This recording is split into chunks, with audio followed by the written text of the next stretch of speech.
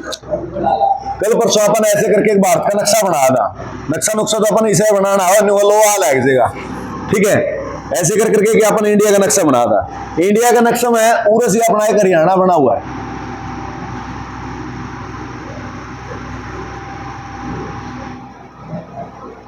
ऐसे है हरियाणा, इसकी बातचीत कर रहे हैं। सर्वप्रथम बात करते हैं एरिया की, क्षेत्रफल की। कितना एरिया है हरियाणा का? 44,212 वर्ग किलोमीटर। कितना? यो याद रखने का प्रश्न है, याद रख लो, चुप के ना बैठो, तीसरी बार रिवाइज करने लग रहे हैं इस चीज में। और फिर पूछ ले है कि कौन सी दिशा में बस रहा है, यह कौन सी दिशा है? ईस्ट, या कौन सी है? और ये साउथ। तो अपन कुछ नहीं लगा कि उरे से बस रहे, इस दिशा में बस रहा नहीं, तो क्या कहेंगे? नॉर्थ वेस्ट में बसा हुआ है। हरियाणा कित बस रहा है भारत के? नॉर्थ वेस्ट में। अब हरियाणा की संबंधित बात, मोटी मोटी बात के है, इसमें कितनी एमपी की सीट है? एमपी दो प्रकार के हों बेटा, मेंबर ऑफ पार्लियामेंट, लोकसभा के सदस्य और राज्यसभा के सदस्य, दो अलग अलग हैं। तो जो लोकसभा वाले सदस्य हैं वे कितने हैं? 10। कितने हैं? 10। कौन कौन से? एक तो अपना हिसार, रोहतक, सिरसा, भिवानी, महेंद्रगढ़ को इकट्ठा बोलते हैं। एक लोकसभा सीट है भिवानी महेंद्रगढ़। गुड़गांव क्या था? पहले गुड़गांव था, फिर गुरुग्राम हो गया, फिर गुरुगांव हो गया, अब दोबारा फिर गुरुग्राम हो गया। तो कुरुक्षेत्र, करनाल और सोनीपत भाई।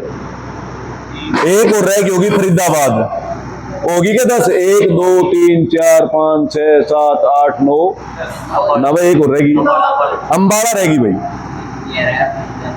ये 10 सीट है भाई, याद रखियो। एमपी की 10 सीट है हरियाणा में। कौन कौन सी है? हिसार, रोहतक, सिरसा, भिवानी, महेंद्रगढ़, गुड़गांव, कुरुक्षेत्र, करनाल, सोनीपत, फरीदाबाद और अंबाला। और 5 सीट है अपना राज्यसभा की। राज्यसभा की कितनी है?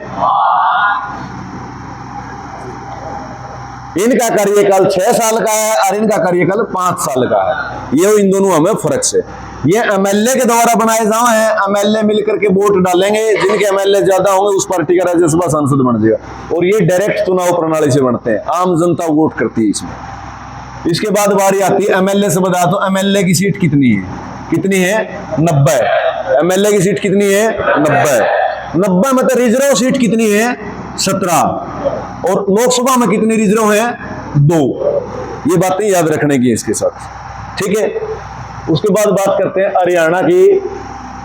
प्रथम जो लोग थे जिन्होंने हरियाणा का निर्माण करवाया, जो मुख्यमंत्री बने, राज्यपाल बने, पहली बार कौन बना था? अपना बीडी शर्मा। मुख्यमंत्री हरियाणा का कौन था? बीडी शर्मा, मतलब भगवत दयाल शर्मा।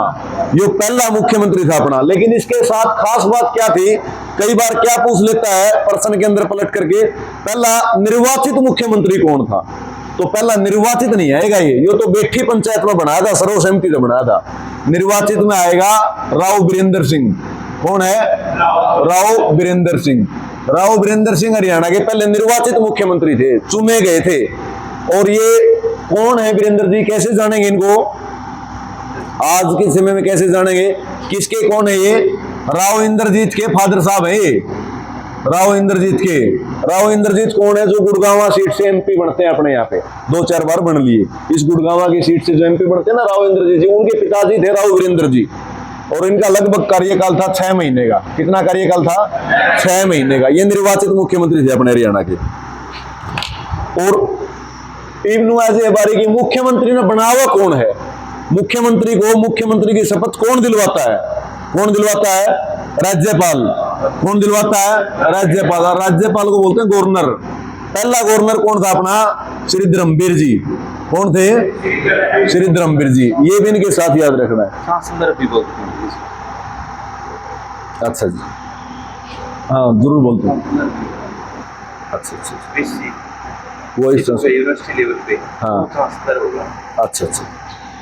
गवर्नर को जी। गवर्नर का सेकंड नाम गुरुजी बता रहे हैं, भाई चांसलर भी बोलते हैं, मेरे को तो नहीं पता था, सर ने बताया कि गवर्नर को चांसलर बोलते हैं, तो इन्हीं नॉलेज में होगा ये। पहले जो राज्यपाल थे वो अपने कौन थे? धर्मवीर जी। अब इससे संबंधित अगर आप बात करें तो इसके बीच के गवर्नर गायब हो जाएंगे, आज तक नहीं पूछा गया है, हो सकता कोई पूछ ले लेकिन पूछा नहीं गया। प्रेजेंट का पूछा जाता है कि आज हरियाणा का गवर्नर कौन है? कौन है हरियाणा के गवर्नर आज?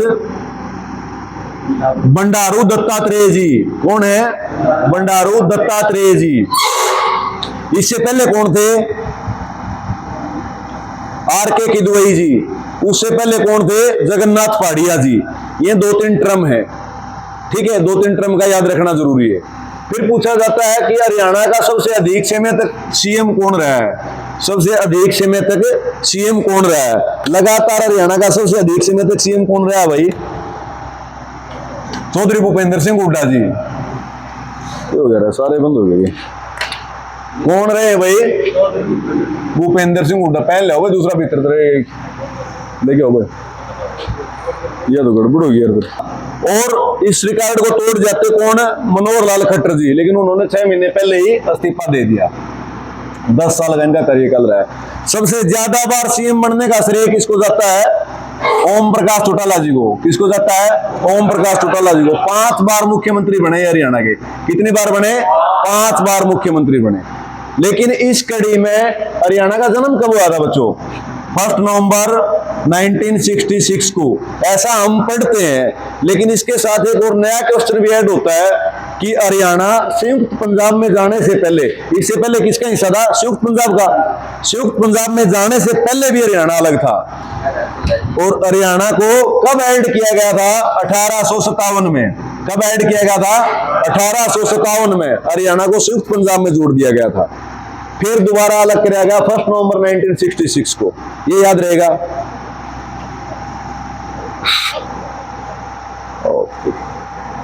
हरियाणा का पुराना नाम बहुदैनक भी है भाई। क्या है? बहुदैनक। महाभारत काल में ये लड़ाई अपने खूब हुई, महाभारत याद आएगा। महाभारत की जंग कहां हुई थी? हरियाणा में कुरुक्षेत्र में। और कुरुक्षेत्र में कितने दिन हुई थी? 18 दिन तक। किस किस के बीच में हुई थी? कौरवों और पांडवों के बीच में। यह लड़ाई तो ठीक से अपने याद से अपने टेलीविजन में देख ली। जो असली लड़ाई है हरियाणा की सुप्रसिद्ध 5 लड़ाइयां अगर कोई पूछे तो कौन सी बतावांगे? 1191 में, 1192 में, 1526 में, 1556 में, 1761 में। ये 5 लड़ाई हैं जो हरियाणा को लड़ाई वाले प्रदेश के नाम से जनवाती है। 1191 में पहली लड़ाई हुई थी पृथ्वीराज चौहान की और किसके बीच में? मोहम्मद गोरी के बीच में। और 1192 में भी इन्हें दोनों के बीच में हुई थी। पहले में तो पृथ्वीराज चौहान जीत गया था और दूसरी में मोहम्मद गोरी। ये स्टोरी आप लोगों को सुनाई हुई है, दोबारा से बताऊं क्या? बताइए जाए पंडित जी। इन दोनों लड़ाइयों में इंटरेस्टिंग सी बात है थोड़ी सी। क्या इंटरेस्टिंग है? ये पृथ्वीराज चौहान जी को पता लगा कि भाई मोहम्मद गोरी हमला करते हुए आ रहा है और अपने देश के ऊपर कब्जा करेगा। छोटी छोटी ऐसी बहुत सारी रियासतें थी भारत के अंदर। भारत आजाद हुआ तब भी भारत के अंदर 562 रियासत थी बच्चों। आजाद हुआ तब भी। सरदार वल्लभ भाई पटेल को जाता है ये श्रेय। किसको जाता है? सरदार वल्लभ भाई पटेल को, कि उन्होंने पूरे भारत को एक बना दिया, गणतंत्र राज्य बना दिया। 562 की 562 रियासतों को जोड़ करके एक भारत का निर्माण किया। और ये उस समय क्या डेजिग्नेशन पर थे? सरदार वल्लभ भाई पटेल के पास क्या पद था? गृह मंत्री थे देश के। क्या थे? गृह मंत्री थे देश के पहले। और देश के पहले कानून मंत्री कौन थे? भारत रत्न डॉक्टर भीमराव अंबेडकर जी। कौन थे? भारत रत्न डॉक्टर भीमराव अंबेडकर जी, वो पहले कानून मंत्री थे। तो जो अपने गृह मंत्री थे सरदार वल्लभ भाई पटेल जी, उन्होंने 562 रियासतों को जोड़ करके एक भारत का निर्माण किया था। उसके बाद अपन इस लड़ाई के ऊपर बात कर रहे थे कि पृथ्वीराज चौहान और मोहम्मद गोरी के बीच में जब युद्ध की तैयारियां चलने लगी तो पृथ्वीराज चौहान जी अजमेर से होते हुए अपने पूरा हंसी के बीच को करनाल की तरफ चल पड़े। इच्छा क्या थी कि भाई उसको वहीं रोक लिया जाए। जितनी दूरी पे रोकेंगे उतनी अपनी महिलाएं बाल बच्चे सुरक्षित रहेंगे, राज्य सुरक्षित रहेगा। तो जैसा कि ये बताया मैंने, ये चौहान वंश से थे। कौन से वंश से थे? रास्ते में एक और छोटा राजा था जिसका नाम था जयचंद। क्या नाम था? जयचंद नाम को वैसे ही खराब किया गया है बच्चों। जयचंद को नाम कोई खराब नहीं है। जयचंद गुलाम वंश के राजा थे। कौन से वंश के राजा थे? गुलाम वंश के। बहुत ही अच्छे महाराज थे ये। इन्होंने पूछा कि ये महाराज आज इतना लारा लश्कर लेकर के कहां जा रहे हो? तो पृथ्वीराज चौहान ने बताया भाई ऐसे ऐसे मोहम्मद गोरी लड़ाई करने के लिए आ रहा है और उनको खदेड़ेंगे। तो इन्होंने कहा जी आप हमारे माई बाप होकर के हमारे बगल से जा रहे हो, ऐसे थोड़ी जान देंगे, हम आपके साथ चलेंगे, आपसे पहले जान दे देंगे। अब वो जो श्लोक होते हैं आपस में तुम बोलते हो ना एक दूसरे के लिए, तू अपना भाई है तेरे लिए जान दे देंगे, वैसे ही उन्होंने बोला उसको। और ये एक बहुत ही प्रसिद्ध युद्ध नीति के माहिर थे जयचंद जी। कौन सी प्रसिद्ध युद्ध नीति थी? गोरिल्ला युद्ध नीति। कौन सी थी? गोरिल्ला युद्ध नीति। गोरिल्ला युद्ध नीति में क्या किया जाता था बच्चों? खड्डे खोदे जाते थे 10-10 फीट के, बस 20-20 फीट के गहरे और लंबे चौड़े। तो मोहम्मद गोरी को इस युद्ध नीति के बारे में जानकारी नहीं थी। जैसे उनकी सेना आती रही उसके ऊपर पराली घास फूस ढक रखा था, उन गड्ढों में गिरती रही और इन वाले सैनिक उनको काटते रहे। इस प्रकार पृथ्वीराज चौहान जी पहला युद्ध जीत गए। पहला युद्ध जीतने के बाद इन्होंने आमेर के अंदर आकर के एक बड़ी पार्टी का आयोजन किया, भव्य पार्टी का आयोजन किया और उस पार्टी के अंदर अपने सभी घनिष्ठों को बुलाया, सभी निजी मित्रों को बुलाया, परिवार सहित बुलाया। जैसे आज भारत के सभी राज्यों का हेड अपना दिल्ली है, उस समय भी दिल्ली था, इस समय भी दिल्ली था 1191 में भी। और दिल्ली में कौन बैठा था राजगद्दी के ऊपर? सबसे बड़ा राजा अनंगपाल। कौन बैठा था? राजा अनंगपाल। अनंगपाल पृथ्वीराज चौहान जी के क्या लगते थे? नाना लगते थे। तो ये जो अनंगपाल जी थे ये भी उस पार्टी में आए और ये जयचंद जी थे ये भी उस पार्टी में आए। सह परिवार आए। तो जयचंद जी की एक बहन थी, उसका नाम था सेयोगिता। क्या नाम था? सेयोगिता। ये भी साथ में आई, बहुत ही सुंदर सोहनी सुनक्खी उनके साथ आई। और पृथ्वीराज चौहान जी भी बिल्कुल यंग सम्राट थे, जवान सम्राट थे। इनका उनके ऊपर दिल आ गया। उन्होंने कहा भाई शादी करेंगे इनसे। जैसे आज कास्टिज्म है वैसे उस समय वंशों का छोटा बड़ा होता था। तो इसके नाना ने कहा भाई अपना चौहान वंश और ये गुलाम वंश है, हम इनके साथ शादी नहीं करेंगे। तो ये पूरी एक्टर में था भाई, ताजा ताजा युद्ध जीतते उड़ा था, अच्छे नशे करा के थे। बोला शादी होगी तो सेयोगिता से, नहीं तो टाड़ा। ये कहा भाई अगली बार हम आपको सपोर्ट नहीं करेंगे। कहता मत करिए, कोई जरूरत नहीं, वैसे भी आप बूढ़े हो चले हो। अनंगपाल जी नाराज होकर के चले गए। इनका टॉपिक यहीं पे क्लोज हो गया। अब जयचंद जी की पार नहीं बचाई, वो वैसे इनसे छोटा राजा था, उनके वो चीज काम नहीं आई। तो उन्होंने क्या किया, वापसी जाकर के मोहम्मद गोरी से मिला। किससे मिला? मोहम्मद गोरी से। सेयोगिता को तो पृथ्वीराज चौहान ने यहाँ पे रख ही लिया, सारे सैनिकों को छुट्टी दे दी 6-6 महीने की, जाओ भाई मौज लो, युद्ध जीत के आए, महाराज की शादी हुई है, मौज करो। किसी को 6 महीने की छुट्टी, कोई गोवा भेज दिया, आज की भाषा में बात करें तो कोई कहीं भेज दिया। अब मोहम्मद गोरी को जाकर के जयचंद कहता है कि आ जाओ महाराज, दोबारा से हमला करो पृथ्वीराज चौहान के ऊपर। कह रहा है अच्छा मेरे को पिटवाना चाहता है, कल तो पीट के आया हूं, आज फिर दोबारा। तो उसने कहा ऐसा नहीं है जी, मेरी सिस्टर को रख लिया, ये बात सारी बताई। तो मोहम्मद गोरी जी को वो भावनाएं समझ में आई कि ठीक है यार, कोई बंदा अपनी सिस्टर के बारे में ऐसे बोल रहा तो ये सच है। उसने कहा ठीक है भाई तेरे साथ चल पड़ेंगे। अब वो युद्ध करने के लिए आते हैं। तो युद्ध होता है करनाल के, कहां पे होता है? करनाल के त्राइन में। कहां होता है? त्राइन में। आज का नाम है त्रावड़ी, उस जगह का क्या नाम है? त्रावड़ी। उस समय था त्राइन और ये जगह है करनाल में। पहला युद्ध भी वही हुआ था, दूसरा युद्ध भी यही हुआ 1192 का। और उस 1192 के युद्ध में फिर पृथ्वीराज चौहान हार गया, क्योंकि वो दो लोग एक साथ मिले हुए थे। कहते हैं बच्चों की पृथ्वीराज चौहान की आंखों के अंदर इतना ज्यादा तेज था, इतने ज्यादा आग निकलती थी उनकी आंखों से, उनकी आंखों में देख पाना पॉसिबल नहीं था। तब जाकर के उन्होंने, मोहम्मद गोरी जी ने उनकी आंखें फोड़ दी, गर्म सलाखों से उनकी आंखें फोड़वा दी और अपने साथ बंदी बना करके अपने देश ले गए, अफगानिस्तान, काबुल, कंदार जो भी था वहां ले जाए। इनका एक कवि था चंद्रबरदाई। क्या नाम था? चंद्रबरदाई। उन्होंने किताब लिखी है पृथ्वीराज चौहान के ऊपर। कौन सी? पृथ्वीराज रासो। क्या नाम है किताब का? पृथ्वीराज रासो। तो उन्होंने जाकर के, वो गायक तो फिर साथ में ही था, बहुत अच्छी आवाज में गाता था। मोहम्मद गोरी ने कहा यार तू बहुत अच्छी आवाज में गाता है, गा, फिर तेरे राजा को फांसी देंगे। कह रहा जी फांसी तो दे देना, लेकिन एक योद्धा को फांसी देने से पहले उसके हथियार तो दो। ऐसे थोड़ी होता है कि खाली हाथ नहीं, हत्थे को फांसी थोड़ी दोगे। कह रहा हाँ दे दो भाई, अंधे को, इसकी तो आंखें फूटी हुई है, क्या है। तो उन्होंने उसको धनुष बाण दे दिया। और कहते हैं पृथ्वीराज चौहान जो है वो एक कला के अंदर माहिर था, युद्ध नीति की एक कला। कौन सी कला? शब्द भेदी बाण चलाना जानता था वो। कौन सा बाण चलाना जानता था? और इसका पहले जिक्र कहाँ आया भारत के इतिहास में? श्रवण काल में, राजा दशरथ के समय पे, जब श्रवण गगरी के अंदर जल भर जाता तो वो जल भरने की आवाज आई थी, राजा दशरथ ने वहीं पे तीर छोड़ दिया था, जाकर के श्रवण को लगा था। तो श्रवण के माता पिता ने उनको श्राप भी दिया था कि जिस प्रकार हम पुत्र वियोग में तड़प करके मर रहे हैं, एक दिन आप भी ऐसे ही पुत्र वियोग में तड़प करके मरोगे। और हुआ भी ऐसे ही था। जब राजा राम को वनवास हुआ तो दशरथ की मौत का कारण वही पुत्र वियोग था। चलिए वापस टॉपिक के ऊपर आते हैं। पृथ्वीराज चौहान को वो धनुष बाण दे दिया गया और चंद्रप्रदाय ने गाना शुरू किया। उस गाने में बता दिया कि भाई आपसे इतने, मतलब वो कविता में बोला कि 84 हाथ की दूरी पे 9 मीटर की ऊंचाई पे बैठा है दुश्मन, और उसकी गायन कला के अंदर इतनी मीठी आवाज थी, वो जो गोरी था वो क्लैपिंग किए बगैर नहीं रह सका, ऐसे उसने ताड़ी बजाई। तो कहते हैं पृथ्वीराज चौहान ने आवाज के ऊपर तीर ठोक दिया, मोहम्मद गोरी की वहीं डेथ हो गई। तो पब्लिक ने, जो उसकी जनता थी, सेनापति थे, उन्होंने क्या किया, पृथ्वीराज चौहान को बंदी बना लिया और जहां पे मोहम्मद गोरी की वो बनाई डेथ मेमोरी स्मृति स्थल, उसके आगे पृथ्वीराज चौहान को इतना जमीन में गाड़ दिया और रूल बना दिया कि जो भी आएगा 2 जूत इसके मार के फिर मोहम्मद गोरी की उसके ऊपर माथा टेकेगा। ये प्रथा आज भी वहां पे प्रचलित है। पृथ्वीराज का स्टैचू गड़ा हुआ है और जो भी लोग मोहम्मद गोरी की उसमें जाते हैं वो पहले उसके अंदर जूती मार के फिर जाते हैं। वैसे पीछे से अभी एक और कहावत भी सामने आई थी, आप लोगों ने सुनी होगी कि शेर सिंह राणा नाम का कोई एक अपना कैदी था, वो तिहाड़ जेल से भाग करके पृथ्वीराज चौहान की अस्थियों को लेकर के आया।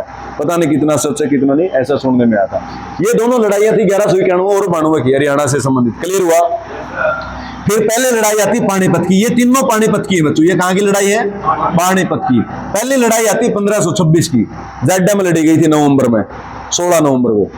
तो 1526 की जो पहली लड़ाई थी वो किस किस के बीच में लड़ी गई थी बच्चों? बाबर और लोधी के बीच में, बाबर और इब्राहिम लोधी के बीच में लड़ी गई थी पहली लड़ाई 1526 में। ये याद रखने का क्वेश्चन है, याद रखना आप। पहली लड़ाई किस किस के बीच में लड़ी गई थी? इब्राहिम लोधी के बीच में। फिर दूसरी लड़ाई लड़ी गई बच्चों 1556 में। कब? 1556 में। ये लड़ी गई थी हुमायूं और अकबर के बीच में, हुमायूं और अकबर के बीच में। अकबर उस समय बहुत ही छोटी उम्र का था और उसकी लड़ाई उसके सेनापतियों ने लड़ी थी। 2 नाम भी आते हैं उनके सेनापतियों के बार बार, बैराम खान एक तो, एक और कोई, उन्होंने लड़ी थी। जिन्होंने इसका अकबर की जगह पे नेतृत्व किया वो बैराम खान थे। और हुमायूं का पूरा नाम था हेमचंद्र विक्रमादित्य। क्या नाम था? हेमचंद्र विक्रमादित्य। और ये आखिरी हिंदू शासक भी थे। क्या थे ये? आखिरी हिंदू शासक भी थे, दिल्ली की गद्दी पर बैठने वाले। इनका प्यारा नाम था हेमू। हेमू के नाम से भी इनको जानते हैं ना भाई। ये टॉपिक अलग हो गया, हेमचंद्र ये अलग, सर ये हुमायूं अलग, हुमायूं अलग। ये फैक्ट है। हेमचंद्र विक्रमादित्य को हेमू के नाम से जानते हैं, ये आखिरी हिंदू शासक थे। लेकिन ये वाले हेमू नहीं है, ये हुमायूं। ठीक है। दूसरी लड़ाई जो 1556 में लड़ी गई वो हुमायूं और अकबर के बीच में लड़ी गई, याद रहेगा। और तीसरी लड़ाई लड़ी गई बच्चों 1761 में। 200 साल लग गए तीसरी लड़ाई में, लेकिन आए फिर भी वहीं पे पानीपत में ही आए। और किस किस के बीच में लड़ी गई? मराठे और अहमद शाह अब्दाली, मराठे और अहमद शाह अब्दाली के बीच में ये तीसरी लड़ाई लड़ी गई। हरियाणा की 5 मशहूर लड़ाइयों में से 2 लड़ाइयां करनाल के तराइन में लड़ी गई, जो आज के समय पे तरावड़ी कहलाता है। पृथ्वीराज चौहान और मोहम्मद गोरी के बीच में लड़ी गई। और 3 लड़ाइयां लड़ी गई पानीपत में 1526, 56 और 1761 में लड़ी गई। पहली जो लड़ाई थी वो बाबर और इब्राहिम लोधी के बीच में लड़ी गई, और दूसरी जो लड़ाई थी वो हुमायूं और अकबर के बीच में लड़ी गई, जिसमें अकबर खुद प्रतिनिधित्व नहीं कर रहा था, उसके सेनापति प्रतिनिधित्व कर रहे थे। तीसरी लड़ाई लड़ी गई वो अहमद शाह अब्दाली और मराठों के बीच में लड़ी गई, और ये मराठों का पतन का समय भी था, जिसमें मराठों का पतन हो गया था। ये थी हरियाणा की मेन लड़ाइयां। और उसके बाद अगर हरियाणा के भौगोलिक परिस्थितियों की बात करें तो अपना उर्द शुरू हुआ है, ये अपना पूर्व दिशा है। कौन सी है? हरियाणा की पूर्व दिशा। तो पूर्व दिशा में क्या है अपने सबसे ऊपर? ये तो चंडीगढ़ में उर्ले पास तो यूनियन टेरिटरी। हरियाणा को कितने यूनियन टेरिटरी टच करते हैं? यूनियन टेरिटरी मतलब केंद्र शासित प्रदेश। यूनियन टेरिटरी मतलब केंद्र शासित प्रदेश। लिखने की जरूरत नहीं है ना।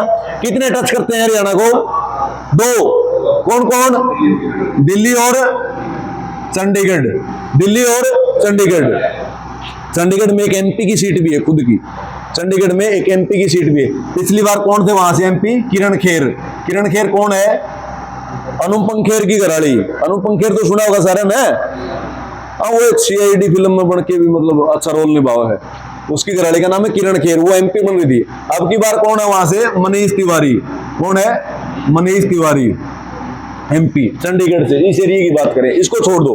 चंडीगढ़ की 2-3 चीजें हैं वैसे खास खास जो हरियाणा की जीके में कई बार पूछा जाता है। क्या है? एक तो झील है, सुप्रसिद्ध झील। कौन सी है? सुखना लेक। कौन सी है? सुखना लेक। एक है रॉक गार्डन, जिससे संबंधित प्रश्न आता है। कौन सा गार्डन है? Rock garden. और इससे भी इंटरेस्टिंग क्वेश्चन ये है कि यो किसने बनवाया था? यो बनवाया था नेकचंद ने। किसने बनवाया था? नेकचंद ने। यो प्रश्न कई बार रिपीट हुआ है एसएससी के क्वेश्चन में कि रॉक गार्डन किसने बनवाया था? किसने बनवाया था? नेकचंद ने बनवाया था। तो चंडीगढ़ को छोड़ देते हैं, हरियाणा में आ जाते हैं। हरियाणा में आते हैं तो पहले झटके में इधर इसके टच में आता अपना पंचकूला। कौन आता है? पंचकूला। पंचकूला के बारे में अगर बात करें तो पंचकूला की 2-3 खास बातें हैं। क्या खास बात है? पहली खास बात तो ये है कि हरियाणा पंचकूला का सबसे छोटा जिला है। हरियाणा पंचकूला, हरियाणा का सबसे छोटा जिला कौन है? पंचकूला। दूसरी बात, वहां से अभी कौन बना हुआ है? एमएलए कौन बना हुआ है? ज्ञानचंद गुप्ता। कौन है? ज्ञानचंद गुप्ता। और ज्ञानचंद गुप्ता जी कौन है? अपने विधानसभा स्पीकर हैं। कौन है? विधानसभा स्पीकर। अभी प्रेजेंट की जो अपनी असेंबली चल रही है, मेंबर ऑफ लेजिस्लेटिव असेंबली, यानी कि एमएलए की जो सभा है, उसके जो विधानसभा स्पीकर हैं वो कौन है? ज्ञानचंद गुप्ता जी हैं। और वो कहां से बिलोंग करते हैं? पंचकूला से। याद रहेगा। अपने ज्यादातर डिपार्टमेंटों के हेडक्वार्टर भी पंचकूला में ही है। बहुत ज्यादातर डिपार्टमेंटों के हेडक्वार्टर जो है वो पंचकूला में ही है। और क्या है पंचकूला में? मोरनी हिल्स है। क्या है? मोरनी हिल्स। मोरनी हिल मतलब मोरनी की पहाड़ियां, जो सबसे ज्यादा बारिश करवाने में मदद करती हैं। अपना 2-3 ही पहाड़ी इलाके हरियाणा के। कौन कौन सी? एक तो ऊपर पास उर लगी मोरनी हिल, और उर निचले पास लगी अरावली पर्वतमाला। कौन सी लगी? अरावली पर्वतमाला। अरावली पर्वतमाला जलवायु के समकक्ष है, वो बारिश करवाने में समर्थ नहीं है। लेकिन ये जो मोरनी हिल्स है, इनकी हाइट खूब है और ये बारिश करवाने में सक्षम है। तो बारिश करवाती हैं तो वहां से बहुत सारी नदियां भी निकलती हैं। टांगरी है, और भी कई नदियां हैं, मेरे को एग्जैक्ट उनका नाम ध्यान में नहीं है। बाद में जाकर के वो सब इसकी यमुना की सहायक नदियां बन जाती हैं। किसकी सहायक नदियां बन जाती हैं? यमुना की सहायक नदियां बन जाती हैं। पहले एक सरस्वती नदी भी निकलती थी, वह विलुप्त होगी। अब सरस्वती नदी नहीं है, दिखाई नहीं देती है। अगर नदियों की बात करें तो इधर अपने को यूपी और उत्तर हरियाणा को कितने राज्यों की सीमा टच करती है? 5 राज्यों की करती है बच्चों। कितने राज्यों की? 5 राज्यों की। कौन सी? यूपी, यूके, उत्तराखंड, हिमाचल प्रदेश, पंजाब और राजस्थान। कौन सी करती है? यूपी, उत्तराखंड, हिमाचल प्रदेश, पंजाब और राजस्थान। यो एरिया जितना है ना, यहां से लेकर के यहां तक का, ऐसे सिरसा से लेकर के गुड़गांव तक का, इसको तो सारे को राजस्थान ने टच किया हुआ है। और यहां से लेकर के अगर पंचकूला तक की बात करें तो इसको यूपी ने टच किया हुआ है। और इससे ऊपर वाला एरिया जो यमुनानगर है, उसको उत्तराखंड ने टच किया हुआ है। कालका और पंचकूला वाले एरिया को हिमाचल प्रदेश ने टच किया हुआ है। याद रहेगा किस किस ने कहां से टच कर रखा है? पक्का। पंचकूला के बारे में बस मोटी मोटी सी ये बातें थी। वैसे वहां पे लाल मुर्गे भी पंचकूला में पाए जाओ प्रसिद्ध है। मोरनी हिल्स के एरिया में लाल मुर्गों के लिए प्रसिद्ध है। खोल ही रेतान नाम की जगह भी पंचकूला में है। फिर बारी आती है अपनी कालका की। कालका एक विधानसभा सीट है हरियाणा की। अभी प्रदीप चौधरी करके बने हुए हैं वहां से। पहले 5 बार चंद्रमोहन बिश्नोई जी भी, जो हरियाणा के पूर्व डिप्टी सीएम रहे हैं कांग्रेस सरकार में, वो भी वहां से विधायक रहे हैं। और कालका में छोटी मोटी पहाड़ियां हैं। और जी, कालका टू शिमला वाया ट्रेन जा सकते हैं। बहुत ही अच्छा पॉइंट सर ने टच किया है। कालका से शिमला जाने के लिए एक ट्रेन मार्ग है जो यूनेस्को है, यूनेस्को से टच है ट्रेन मार्ग। यूनेस्को क्या है बच्चों? UNESCO United Nations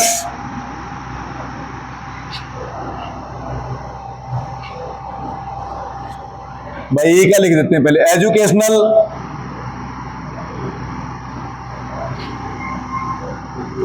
organisation,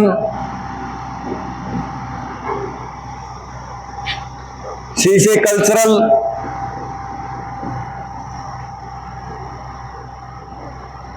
United National Educational Cultural Organization. एक एस का रह गया भाई बीच में, क्या फुल फॉर्म में है ये? एक बार आप नजर मार लेना। साइंटिफिक होगा शायद, जहां तक मेरी नॉलेज है, शायद साइंटिफिक रहेगा। 100% साइंटिफिक ही है, साइंटिफिक है। United Nation Scientific Educational Cultural Organization, UNESCO की फुल फॉर्म है। ये फुल फॉर्म जरूर याद रखना आप। ये एक ऐसा समूह है, कई देशों का एक ऐसा समूह है जो इन चीजों के ऊपर काम करते हैं, साइंस, एजुकेशन और कल्चर के ऊपर काम करते हैं। बच्चों की ग्रोथ में इनका बड़ा रोल है। देश का प्रत्येक बच्चा पढ़ा लिखा हो, उसको शिक्षा मिले, साइंटिफिक नॉलेज मिले और उसको अच्छा एनवायरनमेंट मिले, कल्चर अच्छा मिले। इन चीजों के लिए यूनेस्को काम करता है और यूनेस्को का जो कलका से शिमला रेल मार्ग है उसमें बहुत बड़ा योगदान है। ठीक है, ये फुल फॉर्म यही है, United Nation Scientific Educational Cultural Organization. ये पक्का याद रखना आप, यूनेस्को की फुल फॉर्म। उसके बाद बारी आती है अपने अगले राज्यों की, अंबाड़ा। अंबाड़ा, अम्बोवाड़ा, अम्बों के शहर से प्रसिद्ध है अंबाड़ा। और उसके बगल में आ जाएगा कुरुक्षेत्र, करनाल, कैथल। ऐसे करते करते अपन पहुंच जाएंगे इस सिरे के ऊपर, ये है अपना सिरसा। अगर पंचकुला में ही एक पीछे रह गया भाई, पंचकुला का जो टेक्निकल पॉइंट है वो रह गया। पंचकुला का प्रसिद्ध क्या है? पंचकुला में सीआरपीएफ का एक बहुत बड़ा ट्रेनिंग सेंटर है। पंचकुला में क्या है? सीआरपीएफ का एक बहुत बड़ा ट्रेनिंग सेंटर है, जिस चीज के लिए पंचकुला खूब प्रसिद्ध है, सीआरपीएफ के ट्रेनिंग सेंटर। हरियाणा में और क्या ट्रेनिंग सेंटर कहाँ कहाँ है भाई? फौजियों के ट्रेनिंग सेंटर और कहाँ कहाँ है? एक सिरसा में है, कौन सा? एयरफोर्स का। कौन सा है? एयरफोर्स का। अंडरग्राउंड हवाई अड्डा बहुत बड़ा, जो हमेशा अपने पड़ोसी देशों के, यहाँ से पाकिस्तान, चाइना, यहाँ से पाकिस्तान, दोनों के टारगेट पे रहता है सिरसा एयरफोर्स। हवाई अड्डा है जो अंडरग्राउंड है पूरे का पूरा। सिरसा में बाहर से छोटा सा दिखाई देता है और अंदर पूरा फैला हुआ है। सिरसा के अंदर किसका हवाई अड्डा है? एयरफोर्स का। पंचकुला के अंदर किसका ट्रेनिंग सेंटर है? अब बच गया बीच का अंबाड़ा। अंबाड़ा में एयरफोर्स और आर्मी, एयरफोर्स और आर्मी दोनों का बहुत बड़ा सेंटर है। अंबाड़ा को कैंट लिखते हैं ना, कैंट। एक्चुअल में ये कैंट क्या है? कैंट किसी का शॉर्ट फॉर्म है, जैसे एग्जामिनेशन का छोटा एग्जाम, डेमोस्ट्रेशन का छोटा डेमो, ऐसे ही कैंटोनियन का छोटा कैंट। कैंटोनियन मतलब छावनी के है हिंदी में, छावनी, उसका छोटा नाम रख रखा है cantt. Ambala cantt, Moradabad cantt, Hisar cantt, ऐसे जो जो कैंट है वो कैंटोनियन का छोटा नाम है, शॉर्ट फॉर्म है कैंट। तो अंबाड़ा में दोनों का है, आर्मी का और एयरफोर्स का, ये आप लोग याद रखना। और ये जो बीच की सिटी अपन बोले एक दो, इनमें क्या खास बात है? पूरे सीधे गग्गर नदी लिख रहा है। गग्गर नदी कभी पंजाब चली जाती है, कभी हरियाणा आ जाती है, कभी पंजाब चली जाती है, कभी हरियाणा आ जाती है, आखिरी में सिरसा होते हुए राजस्थान चली जाती है। इस साइड से गग्गर नदी अपने को बांटने का काम करती है पंजाब के साथ, इस साइड से यमुना नदी अपने को बांटने का काम करती है, और इस साइड से साहिबी नदी। कौन सी? साहिबी नदी, दक्षिण हरियाणा की नदी एक साहिबी नदी। कभी बारिश के सीजन में आती है, वैसे लुप्त हो चुकी है, बारिश के सीजन में आती है आज भी। उसके अंडरपास बने हुए हैं बहुत बड़े लेवल पे। अब देखोगे तो 8-8 पुलों के अंडरपास लगातार, 8-8 पिलर के, मतलब वो नदी के क्रॉसिंग के लिए बारिश के समय में वो नदी आती है। और इस साइड में कोई नदी है नहीं अपने, क्योंकि ये राजस्थान के लगता एरिया है। नदियां कहाँ से निकलती हैं? पहाड़ों से निकलती हैं। यमुना नदी यमुनोत्री से निकलती है, ये जो ऊपरली है मोरनी हिल से निकलती है, और गग्गर नदी है जो है वो भी हिमाचल की पहाड़ियों से निकलती है। तो इस साइड में तो कोई पहाड़ है ही नहीं अपने, इसलिए नदियां नहीं निकलती। तो कुरुक्षेत्र की बात करें तो कुरुक्षेत्र की कोई खास बात, महाभारत का युद्ध हुआ था, जो तिरसर नामक स्थान कुरुक्षेत्र में है। कृष्ण जी ने गीता का उपदेश दिया था, और ब्रह्म सरोवर है, यूनिवर्सिटी है कुरुक्षेत्र, खुद अपने आप में एक बड़ी यूनिवर्सिटी है। आगे बढ़ते हैं, दो चर्चा बात करके ही आगे बढ़ते हैं। उसके बाद है अपना करनाल। करनाल में जो सबसे खास चीज है वो अनुसंधान केंद्र। क्या है? अनुसंधान केंद्र। और ये एक टेक्निकल प्रश्न भी है बच्चों, आप इसको याद रखना। एक है भैंस अनुसंधान केंद्र। भैंस अनुसंधान केंद्र कहाँ है? हिसार में। और एक है दूध अनुसंधान केंद्र। दूध अनुसंधान केंद्र कहाँ है? करनाल में। कहाँ है? करनाल में। दो अलग अलग चीजें। भैंस अनुसंधान केंद्र कहाँ है? हिसार में। देखा हुआ ना, ICRO कर करके लिखा हुआ है सिरसा रोड के ऊपर, लिख रखा है ना, ICRO कर करके लिख रखा है, वो भैंस अनुसंधान केंद्र है। और दूध अनुसंधान केंद्र कहाँ है? करनाल में। और कौन सा है? मिट्टी अनुसंधान केंद्र है करनाल में। और कौन सा है? गेहूं अनुसंधान केंद्र है करनाल में। ये 2-3 अनुसंधान केंद्र जो है वो करनाल के अंदर है। और हिसार के अंदर भैंस अनुसंधान केंद्र है, घोड़ा फार्म है। हिसार में आएंगे तब उसकी और बात करेंगे। कृषि के लिए सबसे बड़ी यूनिवर्सिटी अपने 1937 में बनाई गई थी, है जी, टीटीसी है, ट्रैक्टर ट्रेनिंग सेंटर। वो हिसार में आएंगे तब और उस पर बातचीत करेंगे। तो करनाल के लिए 2-3 तो ये अनुसंधान केंद्र है। तो मैं वो क्वेश्चन रिपीट कर रहा हूं जो उसमें आते हैं, एग्जाम में पूछे जाते हैं। ऐसे तो बहुत सारी बातें होंगी, अनेकों बातें मिलेंगी, लेकिन जो एग्जाम में पूछे जाते हैं अपन उनकी बात कर रहे हैं। तो ये अनुसंधान केंद्र ही पूछता है ज्यादातर। करनाल के बाद आते कैथल, करण के नाम पे करण नगरी करनाल है भाई। वो सबसे डेडिकेटेड पर्सन था ना, दानवीर करण। आज आजकल कोई किसी ने कह दिया मैंने तेरा 19 साल रिचार्ज कर दिया, तो उसने कहा नहीं करा करण बनना रहने दे। ऐसा क्यों बोला जाता है? क्योंकि करण के पास मरने का कोई जरिया नहीं था, लेकिन उसने अपने दान कर करके सारी चीज, वो लंबा टॉपिक है, कभी बाद में टच करेंगे। उसके बाद आते हैं भाई कैथल में। कहा? कैथल। कैथल में क्या खास बात है? जो क्वेश्चन पूछा जाता वही नीम साहिब गुरुद्वारा है। क्या है? नीम साहिब गुरुद्वारा है, जो प्रसिद्ध है। मतलब एक एसएससी के लिए पर्सन कैथल में से ज्यादातर यही पूछता है। कैथल में क्या है? नीम साहिब गुरुद्वारा। और कैथल को मिनी काशी के नाम से भी जाना जाता है। कैथल को किस नाम से जाना जाता है? मिनी काशी के नाम से भी जाना जाता है।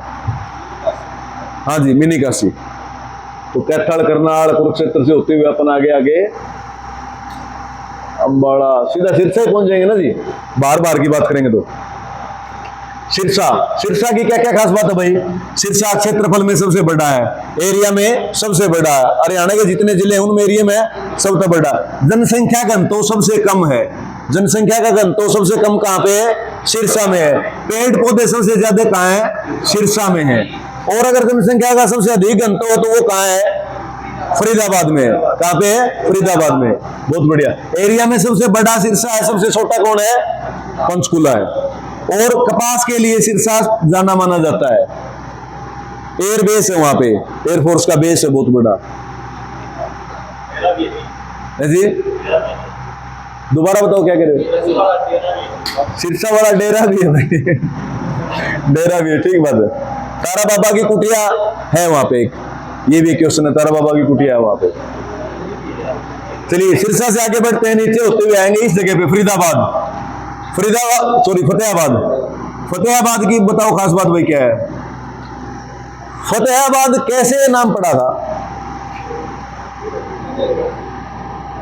एक राजा आया था, उसको यहाँ पे पुत्र होने की सूचना मिली थी, और उसने अपने पुत्र का नाम रखा था फतेह, और उस अपने बेटे के नाम पर ये शहर बसा के गया था फतेहाबाद। ठीक है, फतेहाबाद का नाम फतेहाबाद कैसे पड़ा याद रहेगा?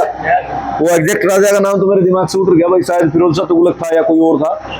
उसके बाद फतेहाबाद से आ गया। फतेहाबाद की एक ही खास बात है कि वहां पे राजा अग्रसेन की, महाराजा अग्रसेन की नगरी है अग्रवा, जहां पे पुरातत्व के वो मिलते हैं, आज भी कच्चे पक्के मकान मिलते हैं जैसे ये। उसके बाद आते हैं हिसार। हिसार की क्या खास बात है भाई? यूनिवर्सिटी है, एक नहीं, दो नहीं, 3। कौन कौन सी? एचएयू को पूरा नाम क्या है? Haryana agriculture university. और इसका सही नाम क्या है? चौधरी चरण सिंह यूनिवर्सिटी। पूरा नाम क्या है? चौधरी चरण सिंह यूनिवर्सिटी। उसके बाद है जीजेयू का पूरा नाम क्या है? गुरु जम्बेश्वर यूनिवर्सिटी। ये विष्णोई धर्म के जो संस्थापक थे गुरु जम्बेश्वर जी, उनके नाम पे रखी गई है। और फिर है LJPU, लाला लाजपत राय पशु विश्वविद्यालय। ये 3 यूनिवर्सिटियां लुवास के नाम से, शॉर्ट फॉर्म में उसको लुवास बोलते हैं। हिसार यूनिवर्सिटियों की वजह से प्रसिद्ध है। और हिसार के ऊपर अभी एक हवाई अड्डा बन रहा है। क्या बन रहा है? हवाई अड्डा बन रहा है, जिसका अभी पीछे कई बार उद्घाटन हुआ, आप लोगों ने देखा होगा ना। ऑटो मार्केट है हिसार की बहुत बड़ी, एशिया की सबसे बड़ी ऑटो मार्केट है। और हिसार में क्या है? गुजरी महल है। क्या है? गुजरी महल है। और गुजरी महल की क्या खास बात है? गुजरी महल 1354 में बनना शुरू हुआ था बच्चों। कब बनना शुरू हुआ था? 1354 में। और किसने बनवाया था? फिरोज शाह तुगलक ने। किसने बनवाया था? फिरोज शाह तुगलक ने। फिरोज शाह तुगलक नाम का एक राजा था जो दिल्ली पे राज करता था। एक बार वो शिकार खेलने के लिए यहाँ आया हुआ था। ये जो आसपास की वनवासी जमीन है ये सारी खाली पड़ी थी। उसको प्यास लगने के कारण बेहोश हो गया था, और कोई गुजरी पानी लेकर के गुजर रही थी, उसने उसको पानी पिलाया था, राजा को होश आ गया था।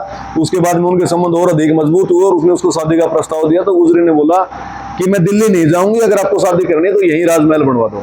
राजा साहब उनसे इतने प्रभावित हुए कि उन्होंने हिसार के अंदर ही गुजरी महल बनवा दिया। और गुजरी महल को 1354 में बनवाया गया था, फिरोज शाह तुगलक के द्वारा बनवाया गया।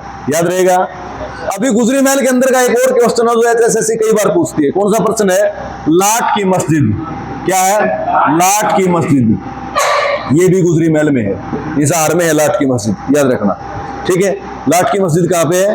हिसार के गुजरी महल में है। और हिसार के 4 गेट हैं भाई। फिर कोई भी शहर पहले बसाते थे तो चारों तरफ से बंद करके बसाते थे। 4 गेट हैं, कौन से?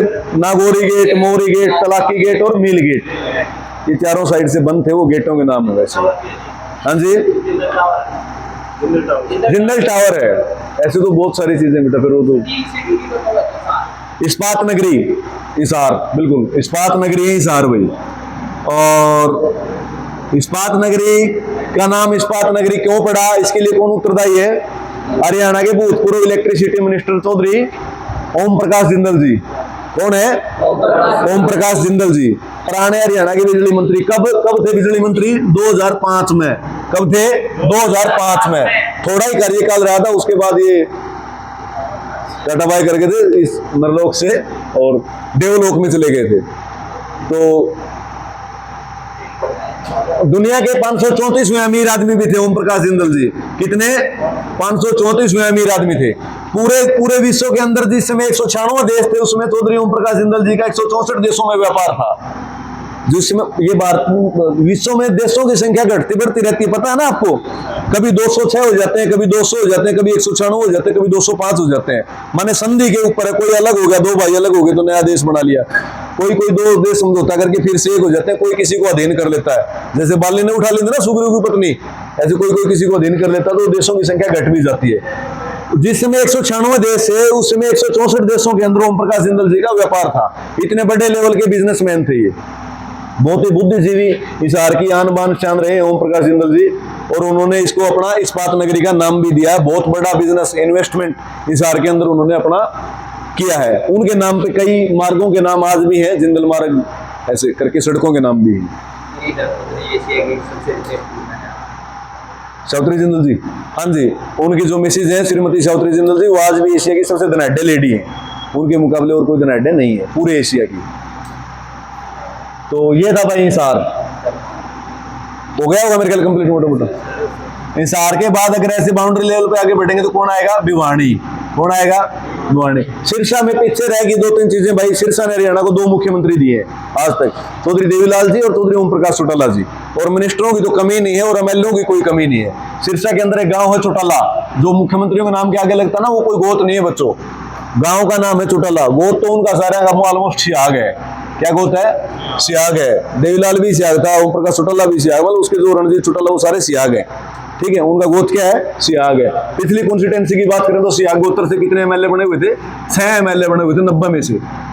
आउट ऑफ 90 में से 6 एमएलए अकेले सियाग गोत्र के बने हुए थे। ये सिर्फ इसीलिए था क्योंकि सिरसा के अंदर जो गांव है चौटाला, उसमें बहुत बड़ा राजनीतिक परिवार रहता है। देवीलाल का है वो परिवार, और उनके अगेंस्ट भी 1-2 परिवार होगा, वहां से लोग एमएलए बनते हैं, ज्यादातर मात्रा में एमएलए बनते हैं। तो देवीलाल जी और ओम प्रकाश चौटाला जी ने हरियाणा का नेतृत्व किया है, जिसमें ओम प्रकाश चौटाला जी ने तो 5 बार किया है। फिर वापसी अपने टॉपिक पे आते हैं हिसार पे। हिसार ने अभी भी राजनीति के तौर पे कई सारे एमएलए एमपीओ को दिया है, लेकिन मुख्यमंत्री नहीं दे पाए हैं। वो आदमपुर से हैं। आदमपुर को अगर प्रॉपरली कोई हिसार से पूछे तो नहीं बता सकते, लेकिन अगर हिसार एमपी की सीट से पूछे तो आदमपुर उसका एक हल्का है, और वहां से उन्होंने चौधरी भजनलाल जी को बतौर मुख्यमंत्री हरियाणा को दिया है। ये याद रखना आपने, ठीक है जी।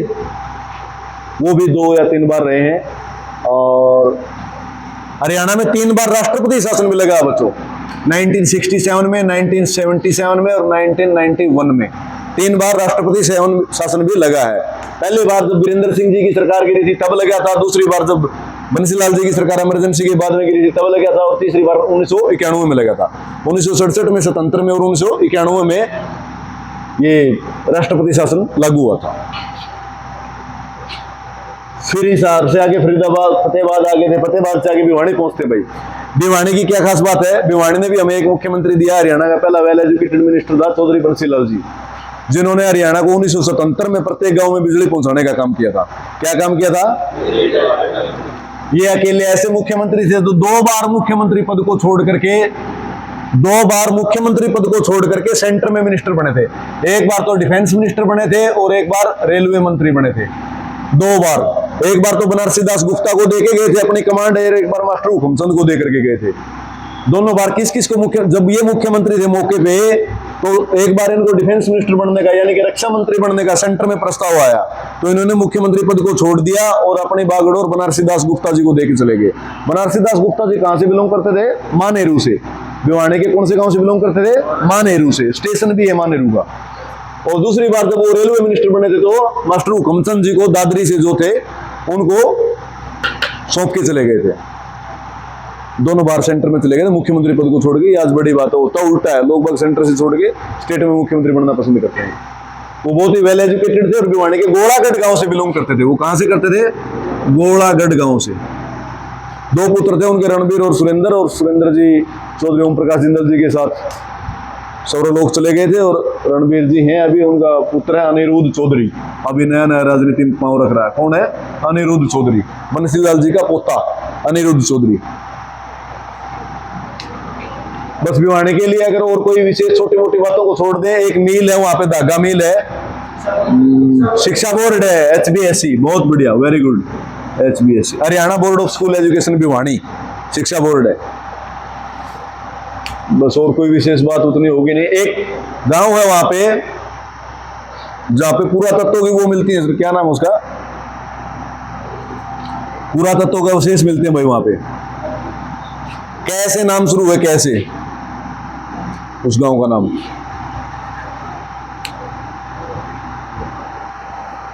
कैरू है एक तो, एक और भी गांव है कैरू के अलावा भी जहां पे अवशेष मिलते हैं भिवानी के अंदर। हाँ जी,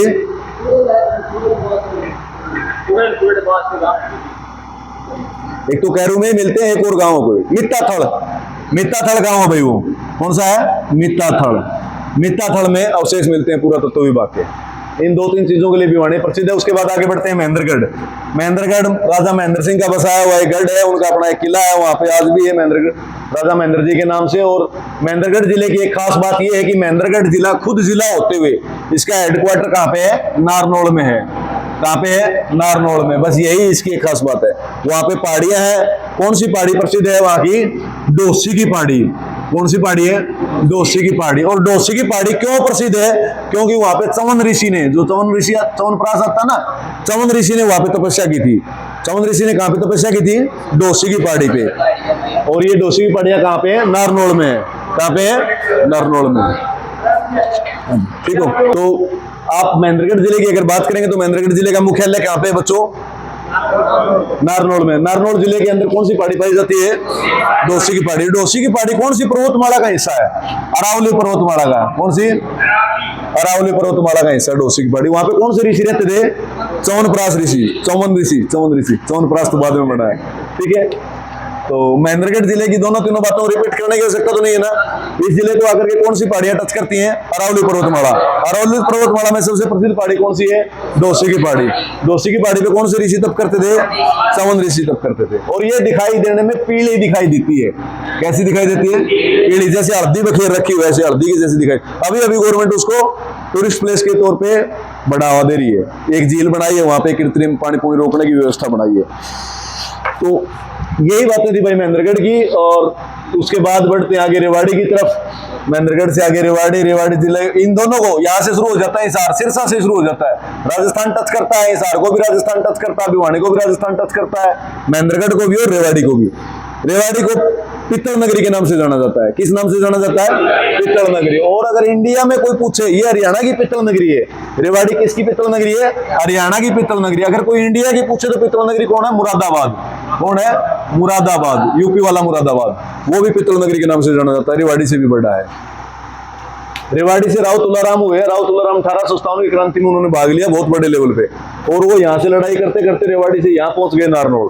नारनौल में उनके भाई की हत्या कर दी गई। उसके बाद से उनको देश छोड़ करके जाना पड़ा। ऐसी कोई कहावतें उनके बारे में प्रसिद्ध है। बाकी राव तुलाराम के नाम से रेवाड़ी आज भी प्रसिद्ध है जी। सैनिक भी रेवाड़ी में ज्यादा है। हाँ, रेवाड़ी में सैनिक बहुत ज्यादा है। अपने देश के फौजी, हर घर में एक फौजी मिल जाएगा आपको। ऐसा रेवाड़ी में मोदी जी की जो प्रथम रैली थी 2014 की, वो रेवाड़ी में ही की थी उन्होंने। 1 पेंशन 1 रैंक कर करके पहली जो रैली थी ना प्रधानमंत्री बनने से पहले, वो रेवाड़ी में ही की थी। रेवाड़ी से शुरुआत की थी। और रेवाड़ी में एक जगह है कुंड मनेठी। कुंड मनेठी में क्या प्रसिद्ध है? स्लेट का पत्थर। क्या प्रसिद्ध है? स्लेटी पत्थर। स्लेट है जी, विदेशों में जाता है, एक्सपोर्ट होता है टोटल स्लेटी पत्थर। ये रेवाड़ी के कुंड मनेठी नामक जगह पे पाया जाता है। और अरावली पर्वतमाला में और कौन सा पत्थर पाया जाता है जो प्रसिद्ध है? हिलने वाला पत्थर। वैसे तो दिखाई देने में वो पत्थर जैसा रहेगा, लेकिन उसके ऐसे पकड़ के हिलाओगे तो वो हिलेगा। वो अरावली पर्वतमाला में ही पाया जाता है।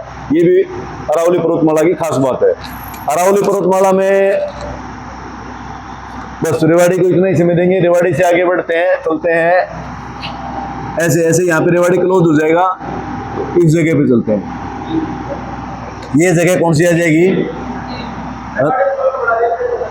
रेवाड़ी हरियाणा का सबसे बड़ा रेलवे जंक्शन है, जहां पे 8 प्लेटफॉर्म है। कितने प्लेटफॉर्म है? 8। ये बहुत बढ़िया क्वेश्चन आपने याद दिलाया। रेवाड़ी में 8 प्लेटफॉर्म है। इस हार के लिए जो गाड़ी लगती है वो ऑलमोस्ट 8 नंबर से ही लगती है। ठीक है, सबसे इस साइड में। और करता भी वैसे ही है, जैसे मान लो ये प्लेटफॉर्म है, आपको इधर से आना रेवाड़ी की साइड से, तो गाड़ी रोकेगा यहाँ। मतलब आप अगर 5:20 पे पहुंच रहे हो तो संभावना नहीं है कि आपको गाड़ी मिल जाए। और जब आपको उधर जाना है तो भी गाड़ी रोकेगा यही, ताकि आपको इतना पैदल जाना पड़े।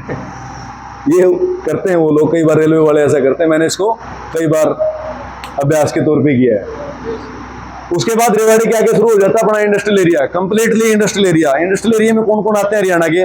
दारुएड़ा, बावल, मानेसर, गुड़गांव, फरीदाबाद, पलवल, ये सारे इंडस्ट्रियल एरिया हैं। इनमें अगर इंडस्ट्रियल एरिया गुड़गांव की बात करें तो गुड़गांव को किस नाम से जाना जाता है? गुड़गांव का दूसरा नाम क्या है? Millennium city. क्या नाम है?